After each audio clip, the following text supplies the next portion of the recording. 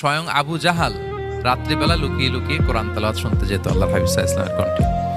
তো রাসূল সাল্লাল্লাহু আলাইহি ওয়াসাল্লাম সূরাতুত 3টা এশার সালাতে তিনি তেলাওয়াত করেছেন, এই মর্মে হাদিসে পাওয়া যায়। এবং এই সূরাটা একটা ফলের নামে সূরা। 3 একটা ফল, আরব বিশ্বে খুব বেশি হয় 3 ফল। আমরা বাংলাদেশে ডুমুর বলি, ইংরেজিতে ফিগ বলে, ফিগ ট্রি।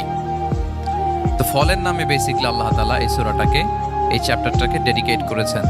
আমরা সূরাকে ইংরেজিতে চ্যাপ্টার বলি। কোরআনে 114টা চ্যাপ্টার, এর মধ্যে এই সূরাটা হচ্ছে ফলের নামে ডেডিকেটেড। বিভিন্ন নামে খুব ইনক্লুসিভ ওয়েতে আল্লাহ তাআলা কোরআনে সূরাগুলো দিয়েছেন। কোরআনে আপনি প্রাণীর নামে সূরা পাবেন, প্রাণী। মানুষের নামে সূরা পাবেন। মানুষের মধ্যে 3 ভাগ, মুমিন, তারপর কাফির, এরপর মুনাফিক। প্রত্যেকের নামে সূরা। সূরাতুল মুমিনুন আছে, সূরাতুল কাফিরুন আছে, আবার সূরাতুল মুনাফিকুন আছে। আমাদের দৃশ্য জগতের সবচেয়ে বড় প্রাণীটা হচ্ছে হাতি, তাই না? এই হাতির নামে একটা সূরা আছে। বলেন তো এই সূরার নাম কি? সূরা ফিল। তারপর আমরা যে দেখি আমাদের দৃশ্য জগৎ